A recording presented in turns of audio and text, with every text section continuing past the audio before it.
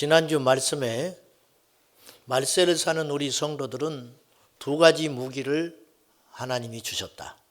첫째는 기도하는 것이다. 기도.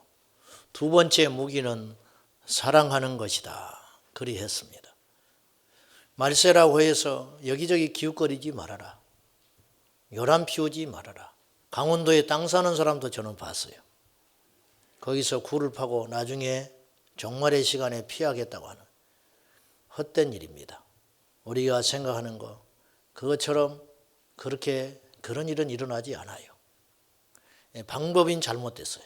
대비하는 건 좋은데 방법이 잘못됐어요. 막상 우리는 눈에 보이는 그런 안식처나 도피처를 찾을 것이 아니라 하나님이 우리에게 이미 주신 무기가 있는데 기도하는 것이고 사랑하는 것이다. 이 두 가지 무기를 구체적으로 적용을 해보면은 우리 말을 할 때, 누군가 말을 할 때 하나님의 말씀을 전하는 자처럼 하라. 그 말씀 우리가 성경을 통해서 보았습니다. 묻겠습니다. 지난주 여러분이 말씀을 듣고 한 주 동안 살면서 그 말씀이 여러분 안에 있어서 대화를 할 때, 그래, 내가 몰랐다면 모르지만은 이제 내가 그 말씀을 들었으니까 말씀을 전하는 자처럼 조심해야지. 그렇게 사셨습니까? 또 봉사를 할 때 내 힘으로 하는 자처럼 하지 말아라. 하나님이 내게 힘을 주셔서 하는 자처럼 해라. 그러니 사람에게 인정받을 필요 없다. 또 어떤 일을 했다 해도 자랑하거나 내세울 것 없다. 섭섭할 필요가 없다. 이것이 하나님이 내게 힘을 주셔서 한 것인데 뭘 내가 자랑하느냐. 우스운 일이죠. 우스운 일이라. 그런 자세로 한 주간 여러분이 사셨는지 내가 묻고 싶습니다. 그렇지 않다면 저는 그 설교 다시 해야 됩니다. 오늘. 많은 사람들이 말씀을 듣고 행하지 않습니다. 99% 안 행합니다. 설교는 설교고 나는 나입니다. 은혜는 은혜 받는 것이고 내 삶을 바꿀 생각 안 합니다. 이런 신앙을 산상수훈 말미에 마태복음 7장에 우리 주님은 분명히 말씀하셨는데 모래 위에 세운 집이다. 여러분, 사람들은 왜 자꾸 모래 위에 집을 세우려고 할까요? 공사비가 적게 듭니다. 공사하는 사람이 땅을 팠는데 안반이 나오면 공사비가 배로 늘어납니다. 그곳에다가 집을 짓는 건 쉬운 일입니다. 삽으로 그냥 뚝딱뚝딱 해가지고 기초 다져가지고 집을 번듯하게 세울 수 있습니다. 겉으로 보기에는 똑같습니다. 평소에는 똑같습니다. 그러나 그곳에 파도가 치면 어떤 일이 벌어지겠습니까? 바람이 불면 어떤 일이 벌어지겠습니까? 이게 두 종류의 신앙이 있다. 말씀을 듣기만 하고 행치 않으면 그거는 모래 위에 세운 신앙과 같아서 세상적 가치관과 생각을 고스란히 가지고 예수를 믿기 때문에 평소에는 잘 몰라도 어려움과 시련과 환난이 올 때 무너져버리고 만다. 무너진다는 건 무슨 뜻이에요? 다시 이 세상으로 가버린다. 예수 떠나게 된다. 그렇게 말하는 겁니다. 교회 다닌 횟수 자랑하지 마시오. 우리가 4대째 예수 믿는다 그런 소리 하지 마시오. 하나님과의 나와의 관계는 철저히 1대1의 관계라는 걸 기억하셔야 됩니다. 우리가 이 복잡하고 다양한 이 어지러운 세상에서 믿음으로 끝까지 승리하기 위해서는 두 가지 것을 분명히 명심해야 됩니다. 첫째는 복이 무엇이냐 하는 것이에요. 진짜 복이 무엇이냐. 이것을 사람들이 혼돈합니다. 복은 귀에 따갑도록 우리가 함께 들었지만은 시편 73편 28절에 하나님께 가까이함이 내게 복이라. 여러분, 하나님께 가까이 하는 것 자체가 복이에요. 하나님을 가까이 하는데도 나쁜 일이 일어날 수도 있어요. 세상에 그런 일이 있을 수 있나요? 초대교회가 그랬습니다. 예수 믿고 인생 꼬여버린 사람이 많습니다. 예수님의 제자들이 예수님 안 만났으면 갈릴리에서 고기 잡고 그럭저럭 열심히 살다 보면은 손에 수익 가지고 그냥 그럭저럭 살아가는 거예요. 그런데 예수님 만나서 그들의 인생의 송두리째 달라졌습니다. 영광이 분명히 있었습니다. 영광이 있었죠. 그러나 시련도 있었습니다. 그리고 그들은 다 순교했습니다. 다 순교했어요. 베드로는 대표적으로 십자가에서 거꾸로 못 박아 죽었다는 이야기가 전해 내려와요. 베드로를 십자가에 못 박아서 죽게 됐는데 베드로가 요청을 했답니다. 나 같은 죄인, 예수님을 모른다고 3번이나 부인했던 흉악한 죄인이 어찌 주님이 지신 저 영광의 십자가에서 반듯하게 죽을 수가 있겠습니까? 거꾸로 죽여주십시오. 실패한 인생이죠. 겉으로 보기에는. 복이 무엇이냐를 분명히 생각해야 합니다. 성경은 이야기합니다. 심령이 가난한 자가 복이 있다. 애통하는 자가 복이 있다. 귀가 열리시기를 바랍니다. 애통하는 자가 무슨 복이 있냐? 세상에서 우는 사람은 실패자입니다. 주 안에서 우는 자는 승리자입니다. 애통하는 자가 복이 있다. 왜? 하나님이 그를 위로하시기 때문이다. 애통하지 않으면 하나님 못 만나요. 심령이 가난한 자가 복이 있다. 가난 지긋지긋합니다. 근데 왜 심령이 가난한 게 복이 있냐? 심령이 가난해야 예수님을 만날 수 있습니다. 더 나아가서 이런 표현도 합니다. 예수님은 의를 위하여 핍박을 받는 자는 복이 있다. 아니 이게 무슨 복입니까 이게? 그것이 하늘의 상급이라 주님 말씀하셨어요. 우리가 생각하는 복과 하나님의 생각하는 복은 완전히 차이가 있습니다. 한마디로 예수님이 복이고 천국이 복입니다. 성경은 복음을 이렇게 정의해요. 우리는 복음 그런 복된 소리로 듣죠. 말 자체는 그 말이 맞아요. 복복자에 소리 음자니까 복된 소리.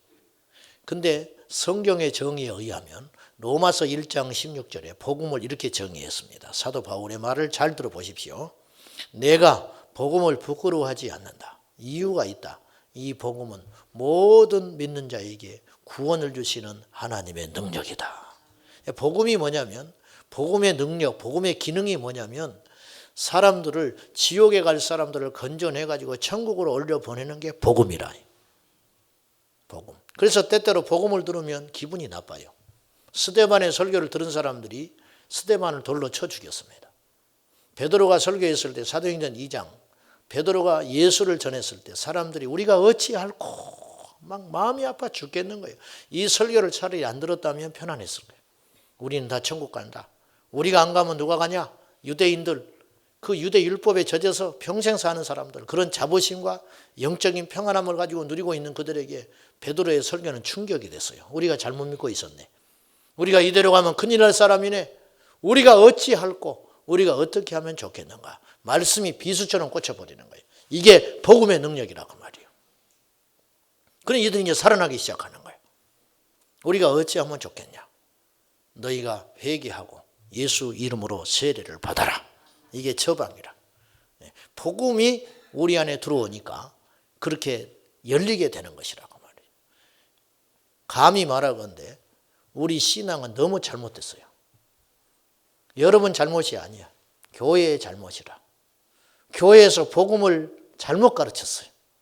부자 되고 건강하고 대학에 들어가고 시집 장가하고 사업이 번창하는 거, 그것을 복음이라고 가르쳤어요. 천만에 복음 아니다. 복음은 나를 천국에 들여보내는 게 복음이다. 여러분, 어떤 사람이 부자 됐는데 지옥 가버렸어요. 그건 복음이 아니죠. 어떤 사람이 실패했는데 그 사람은 지옥의 건짐을 받아가지고 천국을 갔어요. 그것이 복음이죠. 나를 살리는 게 복음이다. 잘 되는 것도 복음일 수가 있어요. 있기는. 그걸로 선교하고 그걸로 좋은 일하고. 그렇지만 내가 넘어지고 실패해서 겸손히 주님을 만날 수 있다면 그것이 복음의 능력이 될 수도 있고, 어떤 사람은 실패한 게 복이요, 어떤 사람은 넘어진 게 복이라. 믿습니까? 이 복을 바로 정의해야 된다니까요. 빌립보서 1장 20절과 21절에서 사도 바울은 놀라운 고백을 했어요. 나의 간절한 기대와 소망을 따라 전과 같이 이제도 담대하여 내가 부끄러워하지 아니하고 오직 전과 같이 이제도 담대하여 오직 내 몸에서 그리스도가 영광을 받기를 소원한다. 왜? 내가 그리스도 안에서 죽는 것도 유익하다. 왜냐하면 내게 사는 것이 그리스도니 내가 죽는 것도 유익하다. 내가 살아서 하나님이 영광을 받는다면 내가 살겠다. 내가 죽어서 하나님이 영광을 받을 수 있다면 나는 죽고자 한다. 이런 사람을 세상에 어찌 넘어뜨릴 수가 있겠습니까? 복을 분명히 하시오. 복을. 그러면 예수 안에서 실패하고 가난병이 된 사람은 교회에서 설 곳이 없어버리는 거예요. 오늘 우리는요, 고난에 대한 정의를 두 번째로 잘해야 돼요. 고난. 자, 고난이 뭡니까? 쉽게 말하면 가난한 게 고난이에요. 병든 게 고난이죠. 자식이 잘 안 풀려. 대학을 졸업했는데 직장 생활도 못하고 결혼을 했는데 잘못 만나가지고 사네 못 사네 맨날 와서 전화하고. 그게 고난이죠. 고난. 나는 그런 대로 순탄하게 독하지 않는 가정에서 컸는데 어떻게 강한 남자를 만나가지고 수십 년 내가 살다 보니까 이 가슴이 뻥뻥 뚫려버렸어요. 여기 한 2명 그런 사람이 있어요. 모진 여자를 만나가지고 아주 독한 여자를 만나가지고 그냥 집안 평안을 위해서 내가 죽지 못해 살고 있다. 이게 고난이죠. 그래서 이제 머리가 지끈지끈 아파. 아침에 일어나도 개운하지가 않아. 가만히 생각해 보니까 다음 달에 전세돈 올려줘야 되는데 돈이 모자라. 이게 고난 아닙니까? 우리 현실 속에 일어나는 고난. 이게 고난이라. 이런 일이 닥칠 때 성경은 과연 우리에게 어떻게 하라고 하는가? 오늘 말씀을 봅시다. 12절 같이 봐요. 시작. 사랑하는 자들아 너희를 연단하려고 오는 불시험을 이상한 일을 당하는 것 같이 이상히 여기지 말고. 첫째, 믿는 우리가 여기서 말하는 사랑하는 자들아, 이 말은 믿는 자들입니다. 오늘 본문은 누차 말하지만 사도 베드로가 AD 64년 정도에 네로 황제가 기독교를 핍박하고 있을 당시로 소아시아에 흩어진 참된 그리스도인들에게 이 편지를 보낸 것이거든요. 사랑하는 자들아, 믿음을 지키기 위해서 숨어 있고, 믿음을 지키기 위해서 몸부림치고, 믿음을 지키기 위해서 소박맞고, 믿음을 지키기 위해서 직장에서 쫓겨나고, 믿음을 지키기 위해서 도망 다니고 있는 너희들에게 오는 불시험을 이상한 일을 당한 것으로 생각하지 마라. 믿는 자의 고난은 이상한 일이 아니다. 오늘날은 불행인지 다행인지는 모르지만 예수님을 믿어도 별로 고생이 없어요. 왜 이게 다행이냐 하면은 믿는 자들이 많아지기 때문에 다행인데, 불행한 일이라는 것은 그만큼 가짜가 많다. 순도 100%의 크리스찬들이 찾아보기 어렵다. 옛날에 예수 믿는 사람은 진짜 백이었어요. 이 베드로가 이 편지를 쓸 당시 예수님을 믿는 사람은 전부 고난을 감수할 수 있어야 했습니다. 고민을 많이 해봐야 돼요. 내가 예수를 믿으라고 전도를 받을 때 내가 과연 예수를 믿을까 말까. 요즘에는 고민 안 하지요. 예수 믿는 건 이꼬로 교회에 나가는 거예요. 잘못됐어요. 교회에 나가는 게 예수 믿는 거 아니에요. 그런데 사도 바울이 이 베드로 전서를 쓸 당시에는 예수님을 믿는다 그러면 잃어버릴 게 너무 많은 거예요. 어쩌면 자기 목숨도 잃어야 돼요. 고민을 깊이 하고 결단해야 돼요. 세례를 받는 거 죽는 거예요. 세례를 받는 거. 지금도 북한에서는 세례받다 들키면 죽습니다. 그런 분위기에서 불같은 시험은 날마다 일어나는 게 당연한 지사였어요. 오늘은요, 교회가 지금 거꾸로 됐어요. 어떤 사람이 열심히 기도하는데, 열심히 교회를 안 다니다가 나와가지고 봉사했는데 일이 안 풀려. 사업이 부도가 났어요. 애들이 잘 안 풀려요. 그는 우리가 전부 다 이렇게 생각해요. 말은 안 하지만은 뭔가 잘못된 거 아니냐, 저 사람? 응? 신앙이 잘못된 거 아니야? 본인도 그런 생각을 해요. 내가 예수 잘못 믿고 있는 거 아닌가? 오늘 본문의 말씀을 통하여 이 분명한 진리를 깨달으셔야 됩니다. 예수 믿는 사람이 예수님 때문에 당하는 고난은 절대로 이상한 일이 아니다. 고난도 두 종류가 있음을 오늘 성경은 가르쳐줘요.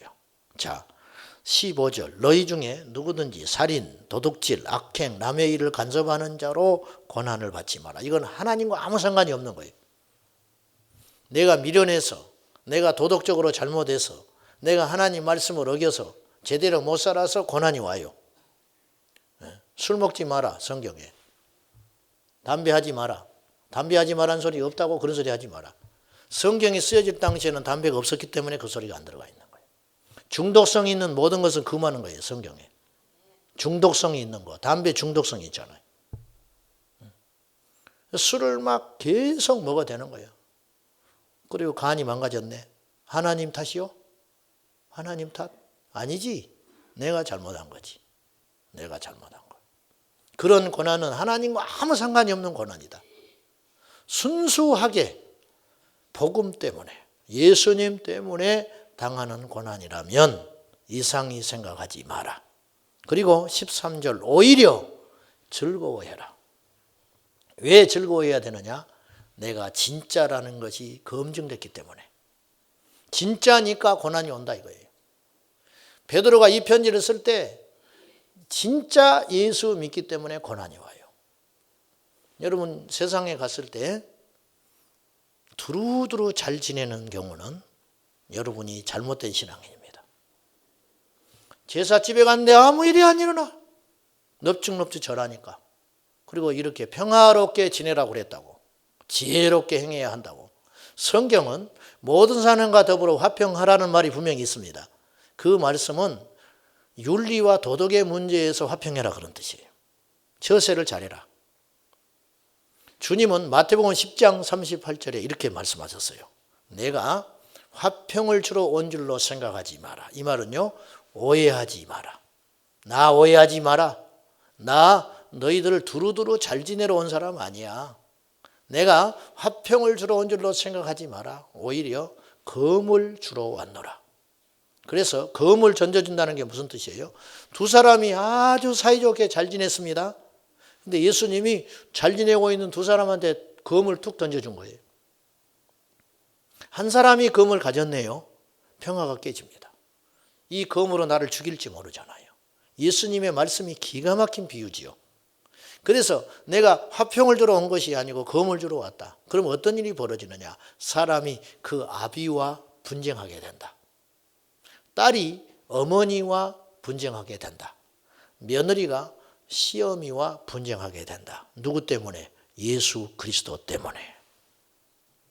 근데 예수를 믿어도 아무 일이 안 생겨요. 가짜지요. 가짜입니다, 여러분. 복 아닙니다. 여러분이 예수를 믿는데 집에서 아무런 일이 안 일어나요. 여러분이 가짜이기 때문에 그래요. 진짜는 반드시 충돌이 일어나게 돼 있어요. 제사상에 가면 제사상이 엎어지고 후레자식이라 말을 듣고 다시는 오지 마라. 난리 법석 일어나는 거예요. 그렇게 몇 번 하다 보면은 전부 예수 믿습니다. 이게 생명의 역사지요. 사랑하는 여러분, 저는 싸우라는 뜻이 아닙니다. 저희 형제도 불신자들이 있습니다. 저는 불신자 집안에서 예수 믿었으니까. 사실 저는 여기서 떳떳이 서서 설교할 자격이 없는 사람이에요. 우리 형제들도 다 구원 못 시켰어요. 하나님이 하신다 생각하지만은 사랑하는 여러분, 연애를 해도요 변화가 일어나요. 아, 이놈이 늦게 자꾸 들어오네. 옷을 자꾸 사달라고 그래. 업무 화장품을 갖다가 막 바르기 시작하는 거예요. 시험기가 있는데 공부는 안 하고 거울만 쳐다보고 있네. 뭔가 역사가 일어나고 있는 거라. 뭔가. 연애만 해도 달라져요. 그런데 예수 믿었는데 아무 일이 안 일어났다? 이건 기적이라. 기적이죠. 예수 믿었는데 어떻게 아무 일도 안 일어나? 그게 기적이지. 직장을 10년 다니는데도 동료들이 내가 예수 믿은지를 몰라. 왜? 워낙 우리는 이 과면을 잘 쓰고 다니니까. 변장술의 천재거든. 그냥 뭐 교회 오면 믿음이 있고 세상에 가면 믿음 없고 이렇게 사는데 너무 익숙해져 있으니까. 우리 성도님들 일터에 제가 직장 예배 드려달라고 그래서 한 번씩 가요. 적게는 서너 명, 많게는 한 20명 직원들 예배 드리는 데를 제가 갑니다. 아, 이것들이요 안 믿는 척하고 앉아 있어요. 내가 가면은. 자, 사정없이 이야기하죠. 저는 회사 잘 때라고 하지 않아요. 전도하라고 하지. 언제 들통나느냐. 찬송을 부르면 입을 열어서 불러. 그러면 요거 믿는 것들이라. 근데 안 믿는 척하고 사는 거예요. 왜? 직장에서 한 잔씩 해야지. 쉬는 시간에 가서 담배도 하나 피우고 들어와야지. 그러니 뭐 예수 믿는다고 어떻게 표를 내. 여러분, 그렇다고 지옥 가겠습니까? 술, 담배 한다고. 그러나 그것들이 쌓이면 절대 우리는 세상적 가치관은 못 이긴다. 이 세상에 절대 바꿀 수 없는 유일무이한 법칙이 하나 있습니다. 큰 것을 잡으면 작은 것이 눈에 안 들어와요. 무슨 말이냐면은 우리가 지금 화장실 공사하고 있거든요. 우리 권사님, 집사님들이 가서 이제 타일을 고르러 갔어요. 가셨더니 전부 딱 꽂혔다는 거예요. 이거 좋다. 뭐 이견이 없어. 이거 좋다. 얼마냐? 평당 15만 원. 아이고. 3만 원짜리 사왔어요. 비싼 건 이유가 있어요. 열이면 열, 다 이것이 좋다. 그렇죠, 여러분. 그걸 딱 보는 순간 다른 건 안 들어오는 거예요. 백화점에 가서도 야, 이거 좋네. 얼마요? 못 사. 그걸 딱 꽂혀버리면 다른 거 잘 못 입어요. 무슨 말이냐면요. 우리는요. 큰 것과 소중한 것과 귀한 것을 딱 얻으면 다른 것은 못 들어오게 돼 있어요. 우리 안에 세상이 자꾸 들어오는 이유는 우리 안에 주님이 안 계셔서 그래요. 주님이 떡 자리하고 있으면 세상 못 들어옵니다. 들어와도 휙 지나가 버려. 왜? 이거보다 주님이 크시니까. 빌립보서 3장 8절에 사도 바울은 담대히 선포했습니다. 내가 이전에 알던 모든 지식 내가 배설물로 여긴다. 왜 그런지 아느냐? 바보가 아니에요, 바울이. 더 큰 분을 나는 가졌다. 가장 소중한 분이 내 안에 계신다.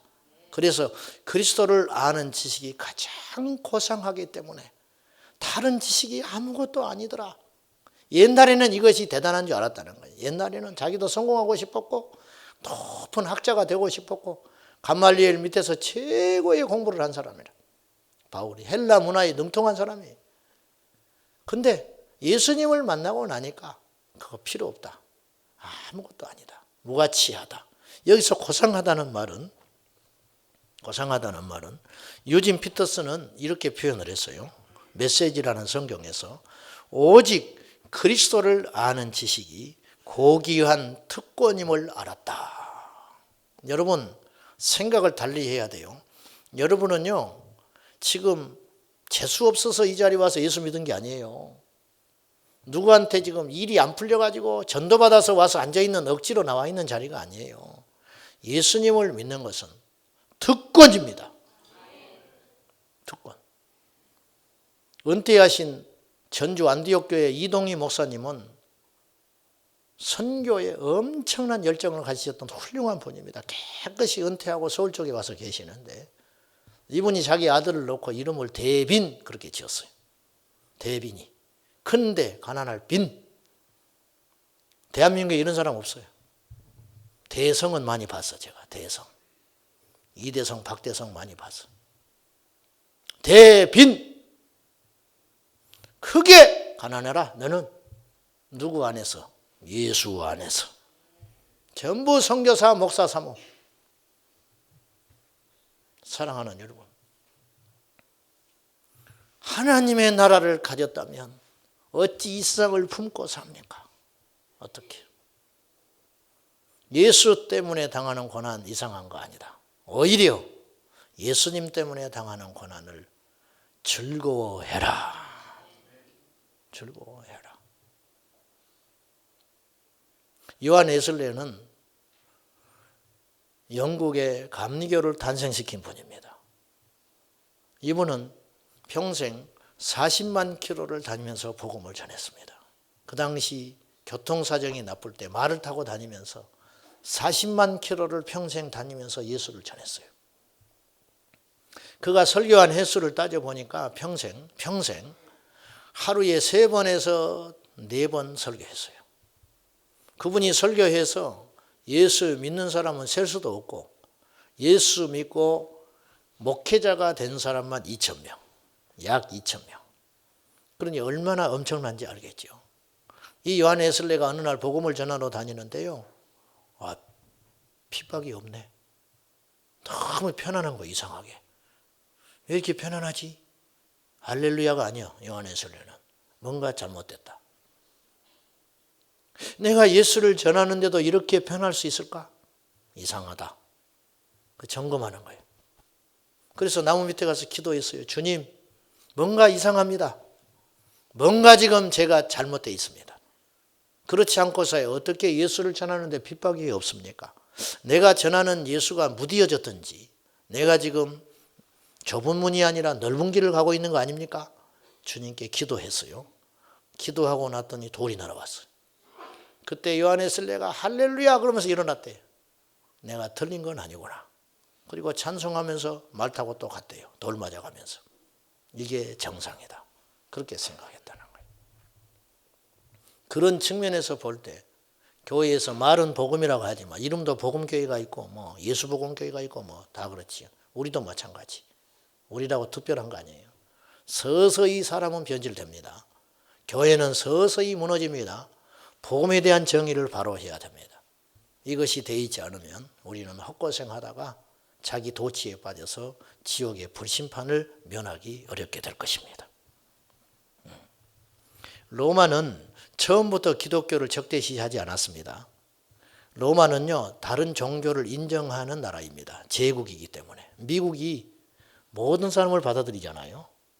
세국 정책 안 하지요. 이게 제국의 특징이거든요. 로마는 전 세계 사람들을 다 인정하고 품었어요. 그들의 종교도 다 인정했어요. 그래서 유대 신앙을 인정해주고 심지어 헤롯 왕은 성전까지 세워줬어요. 그거 반대하지 않았어요. 근데 유독 기독교만 박해를 받았습니다. 이유가 뭐냐? 처음에 기독교를 박해하지 않았습니다. 근데 기독교인들은 로마 황제를 신으로 인정하지 않았어요. 오직 유일하신 신은 우리 주 예수밖에 없다.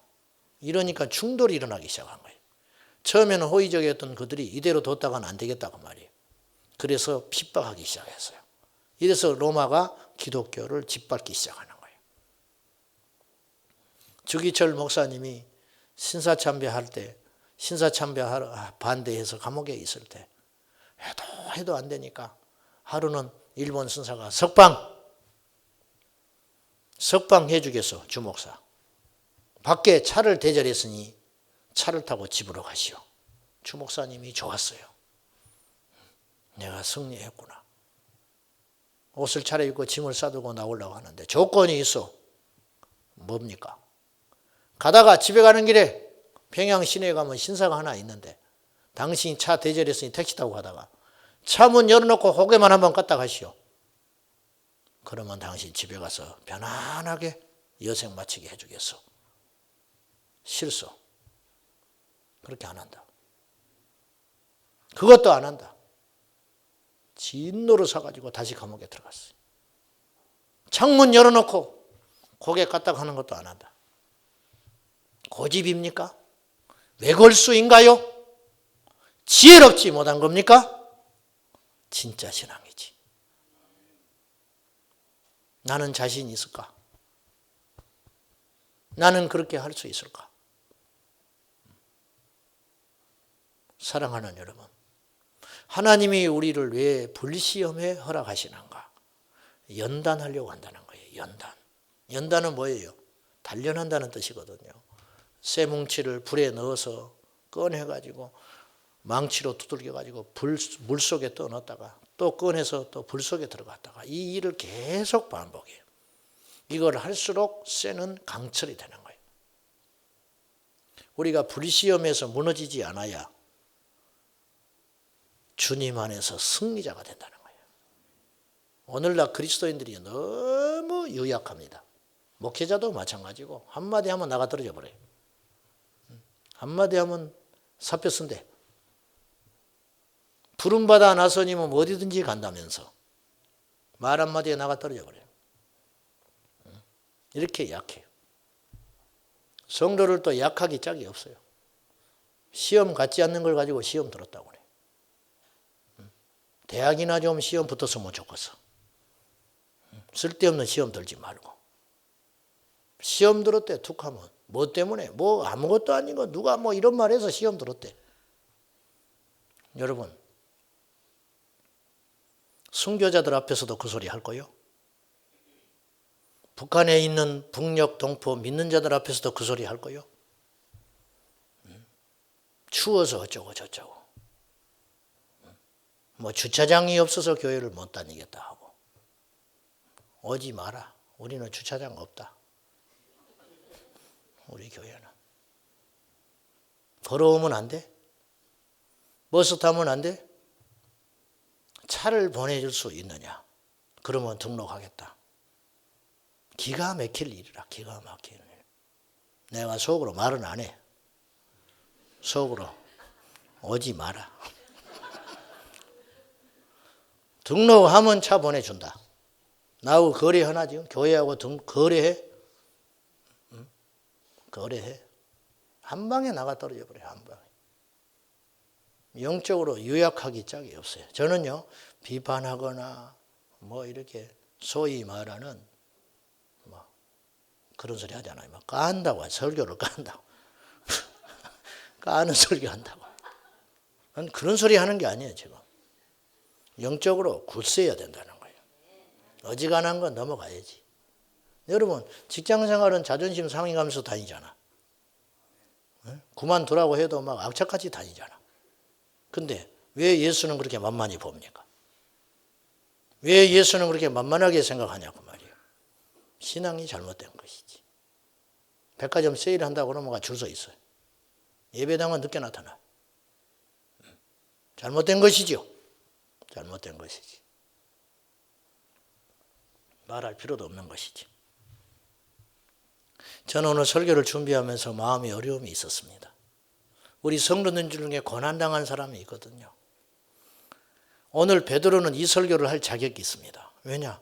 베드로는 누구보다 고난 가운데 예수를 전하고 살았기 때문에 이 설교를 해도 힘이 있고 설득력이 있습니다. 그러나 저는 자신이 없어요.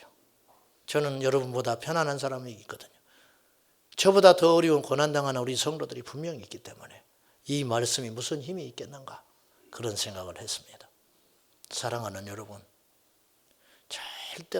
절대로 고난은 이상한 일 아닙니다.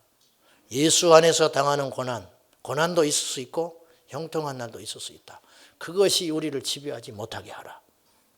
어떤 경우에도 죽든지 살든지 먹든지 마시든지 가난하든지 부자든지 그것이 전혀 나를 요동치지 못하게 하라. 오직 예수 그리스도가 나와 함께 하시고 내 손 잡아주시면 우리가 정말 두려운 건 뭐냐면요. 정말 우리가 두려운 것은 하나님과 멀어지는 거예요. 죄 짓는 거. 그것이 무섭지. 뭐가 무섭냐 그 말이에요. 요한에스레는 그래서 유명한 말을 했어요. 주여 나에게 하나님 외에는 무섭지 않는 사람, 죄 짓는 것 외에는 두렵지 않는 사람 100명을 붙여주시면 세상을 바꿔놓겠습니다. 그랬어요. 맞아요. 맞아. 그 사람이 100명만 있다면, 그 사람이 우리 교회에 10명만 있다면 우리 교회는 절대로 무너지지 않습니다. 세상을 바꿔낼 수 있습니다. 요한계시록 21장 7절과 8절에 보면은요, 지옥에 갈 자와 천국에 갈 자를 구분해 놨습니다. 그때 천국에 먼저 갈 자 7절 이기는 자들에게는 내가 상속한다. 뭘? 새 예루살렘과 새 하늘과 새 땅. 그걸 딱 상속해 준다는 거예요. 이기는 사람, 죄를 이기고 나를 이기고 믿음으로 승리한 사람. 그 사람에게는 하나님의 나라의 상속자가 되어서 너는 내 아들이 될 것이라. 하나님이 아들 삼는데요. 이기는 자는. 그래서 하나님의 아들이 됐기 때문에 천국에 가서 왕자로 사는 거예요. 반대로 그러나 21장 8절 그러나 두려워하는 자들과 음행하는 자들과 살인자들과 거짓말하는 자들과 복술자들과 토탈 믿지 않는 자들에게는 불과 유황의 못이 기다리니 그들이 두 번째 사망에 처해지리라. 죽으면 끝나지 않습니다. 믿지 않고 죽으면 그것도 저주지만 더 큰 저주가 기다리고 있어요. 주님 마지막 심판할 때 두 번째 불모 사망이 기다리고 있어요. 성경은 이것을 뭐라고 그랬느냐?